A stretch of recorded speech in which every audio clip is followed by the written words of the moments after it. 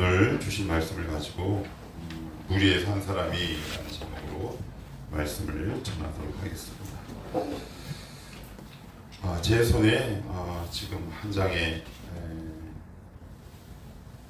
카드와 편지가 있습니다. 여러분들은 최근에 혹시 그 손편지를 받아본 적이 있으십니까? 며칠 전에 집에 교회에서 일을 마치고 들어갔는데 식탁 위에 이게 이렇게 놓여져 있더라고요. 그래서 저는 되게 생소했습니다. 그래서 여보 이게 뭘까? 물어봤더니 제 아내가 하는 말이 이렇더라고요. 그거 버리려고 그랬는데 못 버리겠네. 왜 못 버리냐면 저희가 생활용품을 얼마 전에 샀는데 거기서 고맙다고 손편지를 써서 보냈습니다. 여러분 같으면 버리시겠습니까? 아니요. 못 버립니다. 보통은 이렇게 오죠. 어떻게 해요?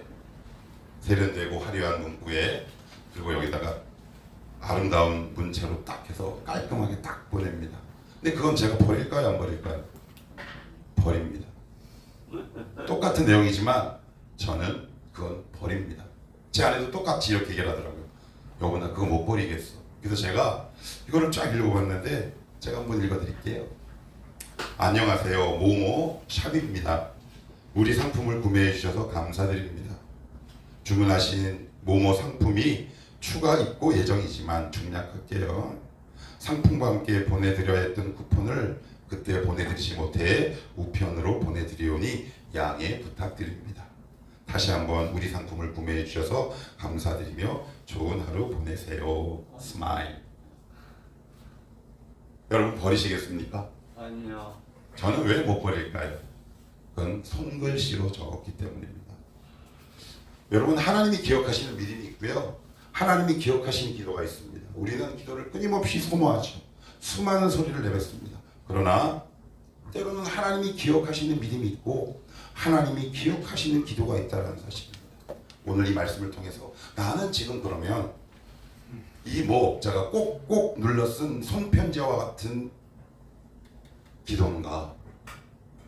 꼭꼭 눌러 쓴 손편지와 같은 믿음인가? 같이 한번 우리 자신을 돌아봤으면 좋겠다 싶습니다. 여러분 이게 참 귀하지 않습니까? 요즘 시대가 어떤 시대인가요? 손편지 받기 어렵습니다. 저도 1년에 한 번 생일이지만 사정사정해도 우리 집 식구들이 안 써줍니다. 그래서 써준 편지는 저의 보관함에 저희 서재에 가면 거실에 책장이 있는데 이 위에다가 이렇게 보관해 둡니다. 전에 있던 교회에서 청년들로 받았던 손편지, 우리 딸, 우리 아내가 제 생일에 보내줬던 손편지를 다 모아두죠. 왜요? 정성이 느껴지기 때문입니다. 여러분 최근에 어떤 기도를 들으셨습니까?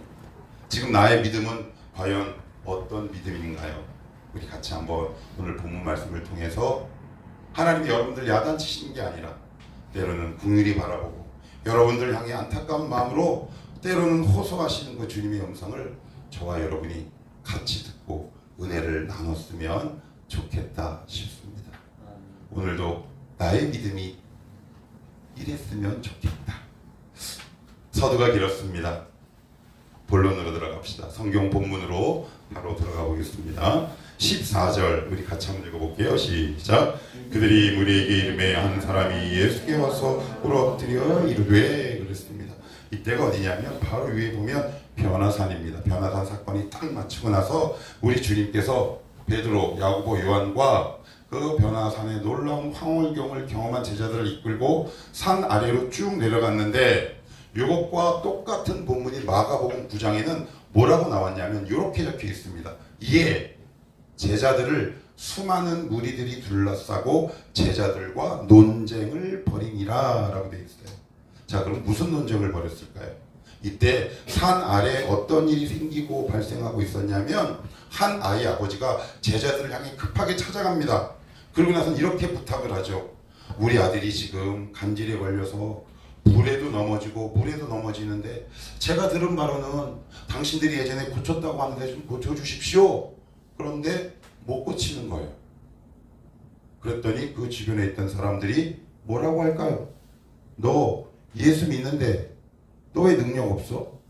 이런 얘기 나올까요? 안 나올까요? 나와요. 나옵니다. 만약에 여러분들 주변 사람들이 여러분에게 야, 너 예수 믿는다며? 어떤 능력을 갖고 있는데? 라고 물어보면 뭐라고 답하시겠습니까? 논쟁하시겠습니까? 논쟁하시겠습니까? 말싸움하시겠습니까? 자, 그러면 어떤 논쟁일까요? 두 가지입니다. 첫째는 예수 그리스도를 변호하는 거죠. 아니야, 이분 메시아 맞아. 그리고 두 번째, 누구를 변호할까요? 자기를. 그렇지 않겠습니까? 여러 가지 이유와 핑계를 대지 않겠습니까? 야, 내 나름대로 사정이 있어. 야, 그러면서 그들과 누가 옳고 그른가 끊임없이 논쟁을 펼치는데, 마가복음에서 논쟁이란 단어는 헬라어로 이런 뜻입니다. 누가 위에 있고 옳고 그른가를 큰 목소리로 내서 다투다라는 뜻입니다. 그런데 이 옳고 그름을 끝내는 한 사건이 등장합니다. 제자들은 믿음을 상실했습니다. 여러분, 믿음을 상실하면, 기도의 능력을 상실하면 여러분의 삶에 어떤 일들이 발생하느냐? 아주 쉽게 말씀드리면 부부 사이에 누가 옳고 그른지 다투게 됩니다. 여러분, 부부 사이에 옳고 그름이 있습니까? 없습니다. 논쟁할 게 아닙니다. 이게 되게 중요한 지점입니다. 우리의 삶 속에, 우리의 기도 속에, 믿음 속에 믿음이라는 단어가, 기도라는 핵심이 이렇게 빠져나가면 우리의 영혼에 어떤 일이 발생하느냐? 끊임없이 누군가와 논쟁을 펼칩니다. 부모와 자녀, 나와 배우자, 그리고 아들, 딸들이 서로 논쟁을 펼치죠. 그래서 끊임없이 누가 옳으냐, 이 싸움을 하다가 평생 삶을 허비하고 소모합니다. 여러분, 혹시 이번 한 주에 이런 소모적인 논쟁을 펼친 적 있습니까? 그런데 그 논쟁의 핵심이 뭐예요? 누가 옳다는 겁니까? 내가 옳다는 건데 정말 맞습니까? 그래서 그 영혼이 살아났습니까? 부부싸움에서 그 영혼이 살아났습니까? 자녀와 싸워서 자녀가 살아났고 부모가 살아났나요? 그런데 여기에 종지부를 끊는 한 사건이 딱 발생합니다. 14절 후반에 이렇게 적고 있습니다. 한 사람이, 뭐라고요? 한 사람이, 누구 가운데에서? 무리에서 한 사람이 딱 나와서 예수님 앞에 무릎을 탁 꿇습니다. 이 사람을 통해 그들의 논쟁이 종식됩니다. 오늘 본문이 우리에게 전하고 싶은 첫 번째가 뭘까요? 얘들아, 너희들의 삶 속에 옳고 그름을 따지고 싶은 본능과 충동이 있을 거야. 그러나 너희들 기억해야 한다. 그 소모적인 논쟁이 계속 길어지면 너희들은 옳고 그름의 문제가 아니라 바로 무릎과 기도의 문제다라고 오늘 성경은 우리에게 말씀하고 있는 거 아닙니까? 예, 저도 역시 마찬가지입니다. 제 안에서 은혜가 스물스물 가면 우리 두 딸과 저 뒤에 사랑하는 내 아내를 보는 눈이 옳고 그름의 시선으로 바라보게 되죠. 넌 틀렸고 너는 맞고 나도 옳아. 그러면 거기에 끊임없이 논쟁이 휘말리게 됩니다. 그럴 때 어떤 사람이 이기는 사람이냐? 하나님, 논쟁을 중단하겠습니다. 이 논쟁을 중단하는 유일한 방법은 주님께 와서 무릎을 딱 꿇는데 그냥 꿇는 게 아니다. 성경 보겠습니다. 14절 이렇게 적어요. 한 사람이 예수께 와서 뭐라고요? 꿇어 엎드려. 여기서 엎드리라는 말은 우리는 보통 엎드렸는데 이제 제가 몇 번 말씀드려서 다 아실 겁니다. 이마, 가슴이 땅에 딱 된 상태로 그대로 있는 겁니다. 그대로. 주님이 말씀하실 때까지 그대로 있는 겁니다. 자존심 상하지 않겠습니까? 그런데 우리는 이렇게 하지 않죠. 딱 갔다가 바로 나옵니다. 지금 이 한 아이의 아버지는 어떻게 하나님 앞에, 우리 주님 앞에 나가느냐? 이마, 가슴, 온 신체를 땅바닥에 딱 대고 주님이 말씀하실 때까지 가만히 있는 겁니다. 나 죽었습니다.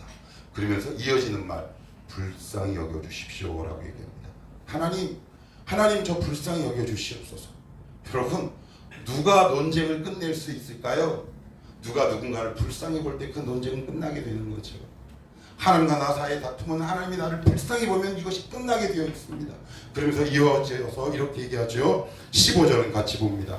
시작. 주여 내 아들을 불쌍히 여기사 그가 간질로 심히 고생하여 자주 불에도 넘어지며 물에도 넘어지는지라. 표현이 재밌어요.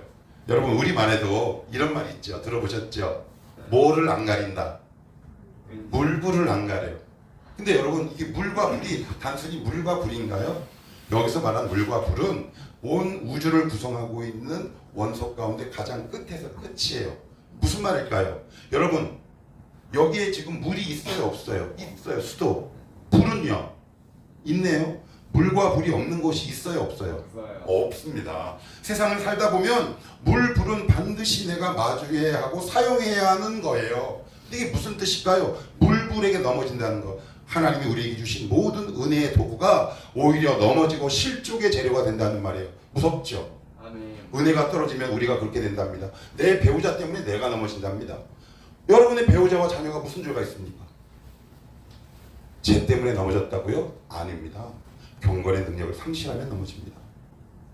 꼭 기억하셔야 합니다. 물, 불. 하나님이 여러분들에게 물불처럼 다양하게 주는 믿음과 은혜의 축복들이 있습니다. 때로는 물질, 때로는 관계, 직장. 그것이 여러분들을 넘어지게 하는 건가요? 아니면 그것이 오히려 축복의 소재요, 은혜의 도구입니까? 우리의 삶을 한번 점검해 봅시다. 지금 최근에 어떻게 넘어지셨습니까? 그러니까 이게 무슨 얘기예요? 넘어지는 거 핑계 대지 말라는 겁니다. 그런데 어떻게 넘어지느냐? 자주 넘어집니다. 습관적으로 넘어지는데, 여기서 넘어지다라는 헬라 원어는 무슨 뜻이냐? 누군가에 의해서 딱 들어서 바깥으로 내 던지는 겁니다. 자기가 통제할 수 없는 거죠. 여러분의 삶을 통제할 수 있겠습니까? 주인과의 관계가 단절되면 나도 모르는 영적인 힘에 의해서 나쁜 습관이나 악한 죄들이 계속 반복되는 것을 의미합니다. 여러분 최근에 어떤 죄에 자주 넘어지셨습니까? 그것이 혹시 하나님 앞에 무릎 꿇지 않아서, 아니면 경건의 능력을 상실한 데서 오는 당연한 결과물 아닙니까? 최근에 여러분들 어떤 것에 넘어지셨습니까? 엄마 때문에? 부모 때문에 넘어지셨나요? 네. 그렇지 않습니다. 여러분, 우리 딸은 저에게 축복의 대상입니다. 제 아내는 축복의 대상입니다. 너무나 창피한 이야기지만 목사인 저도 어느 날 주인과의 관계가 스물스물 멀어지기 시작하면 이상하게 누군가를 통해 시험에 있는 일들이 우후죽순처럼 우리의 삶 가운데 드러납니다. 여러분 최근에 어떤 일이 시험에 드셨습니까? 혹시 하나님이 주신 물불이라는 축복의 소재가 여러분들을 넘어지게 하는 도구로 사용됐습니까? 그러면 물불이 죄가 있나요, 없나요? 아니 여러분, 물불이 무슨 죄가 있어요? 무생물인데 인격이 있습니까? 없는데 누가 넘어진 겁니까? 내가 넘어진 거죠. 누구에 의해서? 보이지 않는 악한 세계에서 넘어진 겁니다. 이걸 누가 해결하느냐? 그 간질 환자의 아버지가 주님 앞에 단순히 무릎 꿇는 이 사건을 통해 해결합니다. 여러분들 논쟁하지 마십시오. 누가 옳고 그른가 따지지 마십시오. 그 시간에 차라리 무릎을 꿇으십시오. 그래서 승자는 누군가요? 승자. 다 죽습니다. 다 죽습니다. 누가 이기게 하느냐? 오직 논쟁을 중단하고 하나님 앞에 딱 무릎 꿇고 하나님 도와주십시오, 긍휼히 여겨주십시오 라는, 이것이 바로 하나님 우리에게 요구하는 거 아니겠습니까? 여러분들 물은 무엇이고 불은 무엇입니까? 뭐 때문에 지금 실족하셨고 뭐 때문에 넘어지셨습니까? 여러분 재밌는, 제가 이제는 책을 읽었어요. 여러분도 아마 들어봤을 겁니다. 이런 문장을 읽었어요. 나 요즘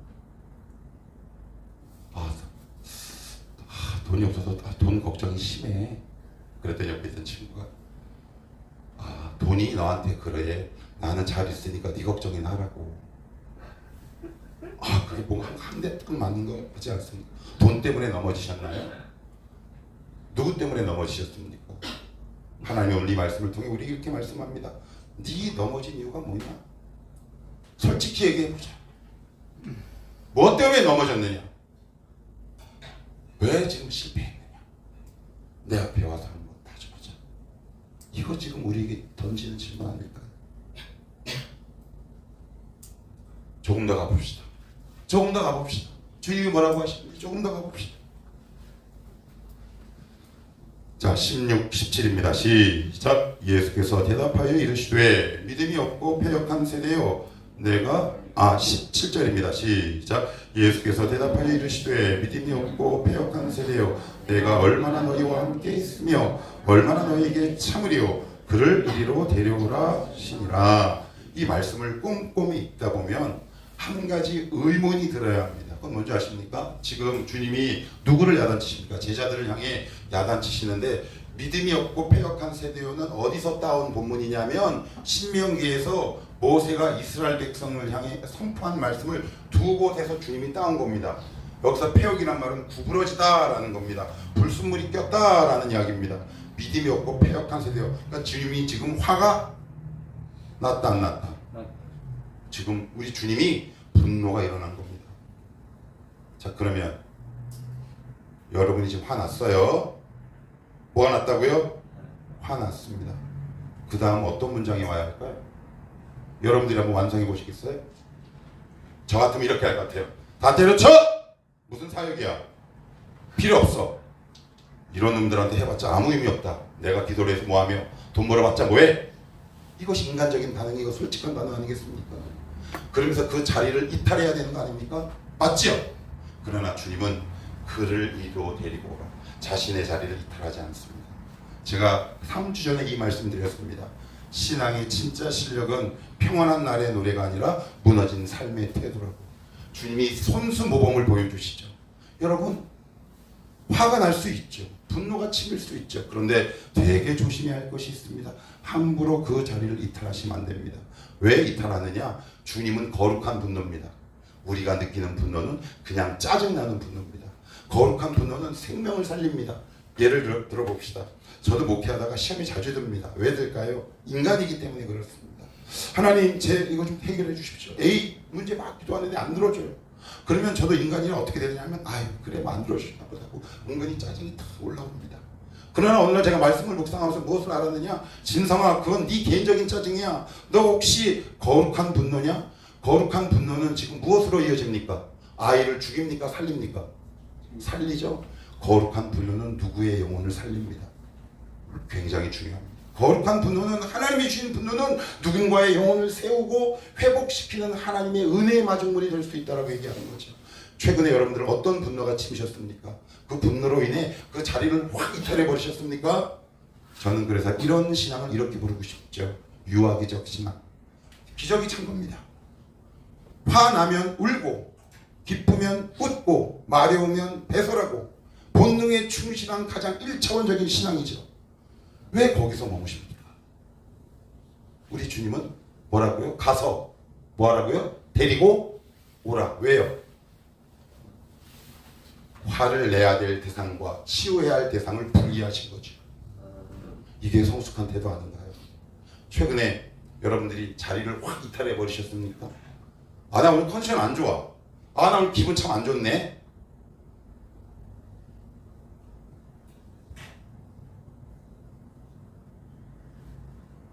마음이 아픕니다. 마음이 아파요. 마음이 아프다고.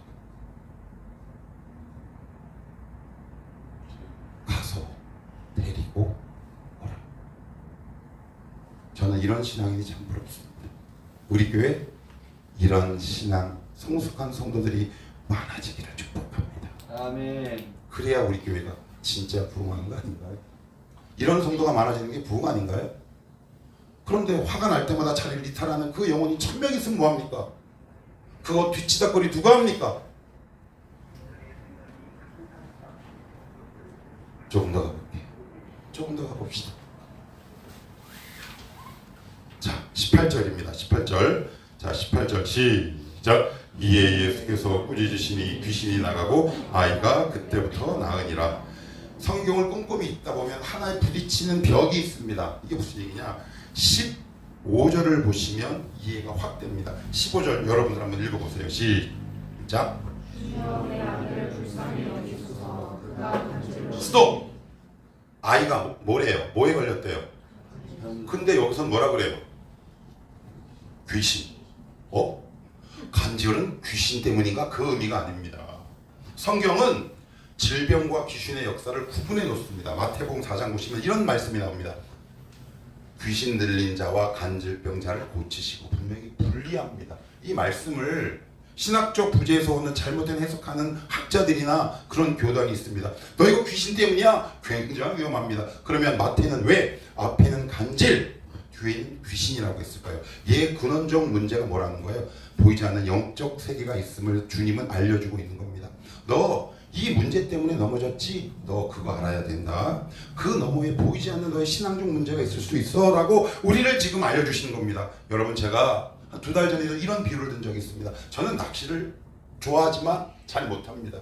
그래서 한때는 캠핑과 낚시에 대한 용품을 땡땡 TV에서 찾아보고 있습니다. 그러다가 우연히 마주한 동영상이 있었습니다. 거긴 이 내용이 나옵니다. 예, 누구누구 어떤 회사에 우리의 렌즈를 끼시면 물 물고기가 잘 봅니다. 그랬더니 거기에 이렇게 써 있어요. 편광렌즈. 우리의 육 안으로는 물 속을 볼 수 없죠. 그죠? 무엇을 끼면?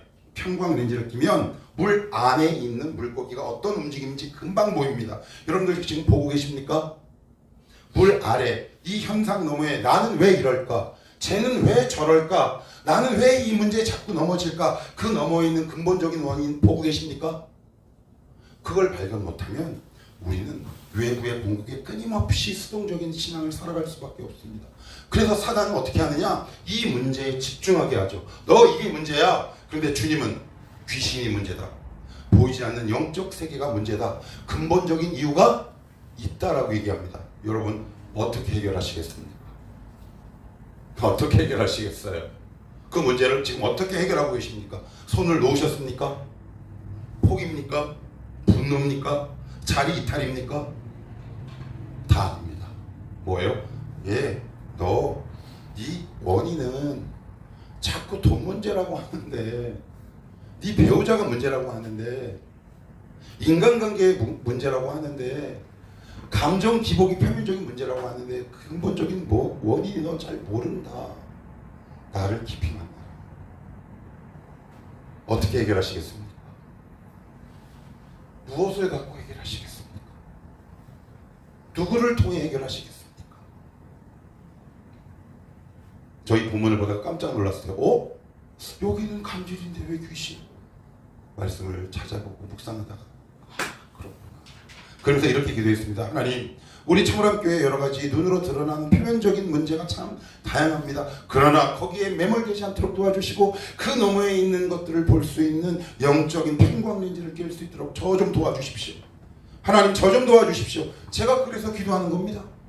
끙끙거리며 기도하는 겁니다. 하나님, 저 영혼의 뒤에 있는 것들을 보게 하시옵소서. 저에게 정말 필요한 게 뭔지 보게 하시옵소서. 그러면 어떤 일이 생기느냐? 그 사람은 이게 아파요 라고 하는데 B가 보입니다. 이게 누구에게 주는 특권일까요? 믿음의 눈을 보는 사람, 하나님 앞에 신실하게 무릎 꿇을 줄 아는 사람을 통해 그 문제를 해결하지 않겠습니까? 근데 우리는 이렇게 얘기하죠. 간질을 고쳐주시옵소서. 그러나 주님은 귀신의 영역, 보이지 않는 근원적인 문제가 존재하고 있음을 알려주고 계시는 거죠. 최근에 어떤 문제를 지금 마주하고 계십니까? 그 문제가 요거 맞습니까? 맞나요? 예, 맞으면 싸웁니다. 그러면 그 문제에 끊임없이 도돌이표가 반복되지. 주님은 그러지 말라고 말씀합니다. 조금 더 보겠습니다.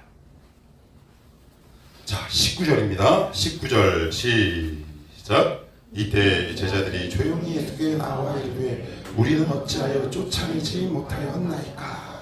그래요. 자, 어떻게 나왔대요? 조용히 나왔어요. 조용히 나왔어. 요 조용이란 말은 우리 한글은 헬라어 원어를 의미와 뉘앙스를 전달하기가 조금 언어 찍기가 달라서 그런데 헬라어 보면 요 부사의 뜻이 뭐냐면 이런 겁니다. 제가 이걸 액션으로 표현해 볼게요. 개별적으로 싹 가서 물어보는 겁니다. 은밀하게. 주님, 저 왜 실패했어요? 제 신앙생활 왜 넘어졌어요? 라고 물으세요. 실패할 수 있어요. 저도 그렇습니다. 저 실패할까요? 안 할까요? 하지요. 넘어지지요. 그럴 때 저는 이렇게 묻습니다. 하나님, 저 여기 왜 넘어졌어요? 저 여기서 넘어졌는데 하나님, 이거 왜 그럴까요? 저 좀 도와주십시오. 그런데 넘어지면 일어나지도 않고 붙지도 않습니다. 여러분 최근에 어디서 넘어지셨어요? 괜찮아요. 누구도 실패했어요. 제자들도. 그러면 우리도 실패할 수 있죠. 실패한 게 중요한 게 아니라 뭐라고요? 조용히 은밀하게 물어보는 겁니다. 주님, 저 꼴 보기 싫으면 왜 그러는 걸까요? 나 왜 그러는 걸까요? 이 문제는 왜 자꾸 반복해서 생기는 걸까요? 그 이유를 좀 저를 알게 해주시고 도와주시옵소서.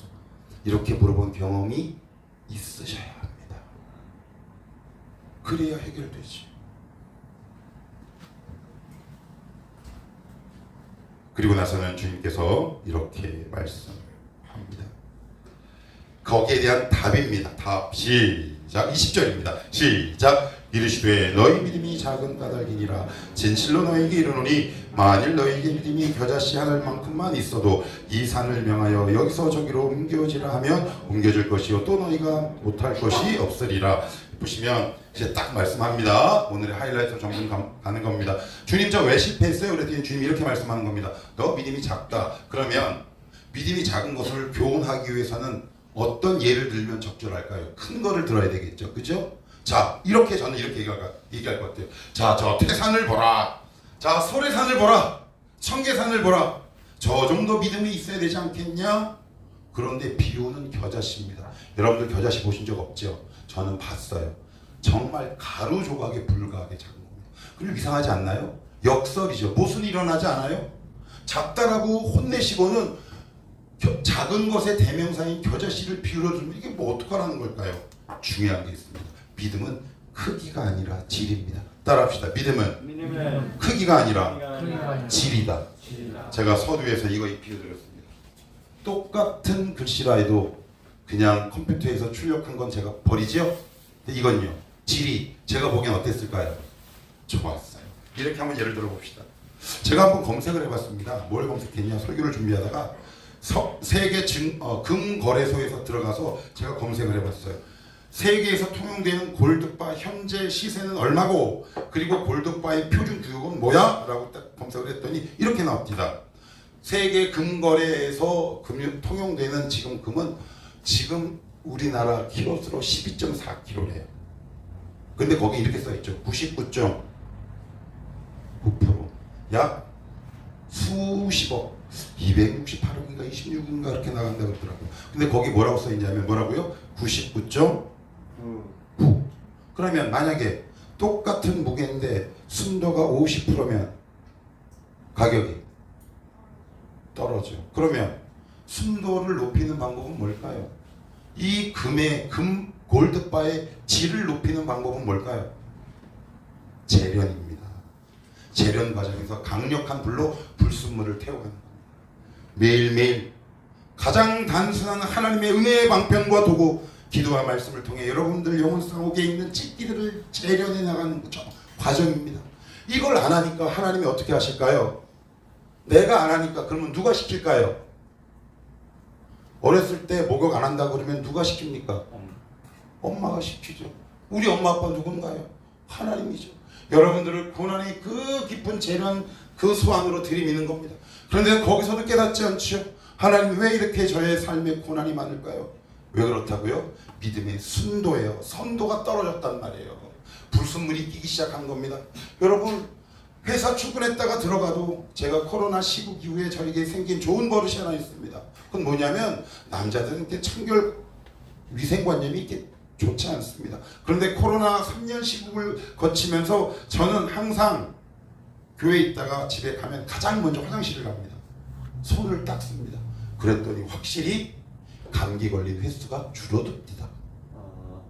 여러분 어떠세요? 매일매일 하나님의 말씀과 기도로 여러분들의 영혼을 재련해서 믿음의 순도와 선도를 높여야 하지 않겠습니까? 여러분 그냥 이렇게 살다 보면 내 뜻과 관계없이 내 영혼에 뭐가 껴요? 불순물이 끼죠? 직장에 갔는데 나를 아픈 말로 상처 준 사람, 그 상처라는 찌꺼기를 안고 오늘도 집에 이렇게 오는 거죠. 아니면 배우자랑 신나게 싸웠어. 거기서 얻은 그 상처를 안고 계속 가는 거죠. 근데 거기서 어떻게 선도와 순도가 좋은 기도와 믿음이 나올 수 있겠냐는 거예요. 이해가 되시죠? 예, 오늘도 하나님은 여러분들 이 자리로 부르십니다. 여러분 논쟁하지 마십시오. 다 죽습니다. 이 아버지처럼 하나님 하고 나오는 그 자를 통해 하나님은 오늘도 그를 주목해서 보고 계시고 그의 기도를 들으시지 않겠습니까? 여러분의 믿음과 기도가 잘 재련된 순도 높은 골드바 이상으로 아름다운 믿음 되시기를 축복합니다. 그럴 때 이 무리에서 한 사람이 결국 무엇을 끝냅니까? 논쟁을 중단합니다. 아멘. 그죠? 여러분들의 삶에 이러한 하나님의 은혜와 축복이 넘치기를 지금도 살아계시는 우리 주 예수 그리스도의 이름으로 축복합니다. 아멘.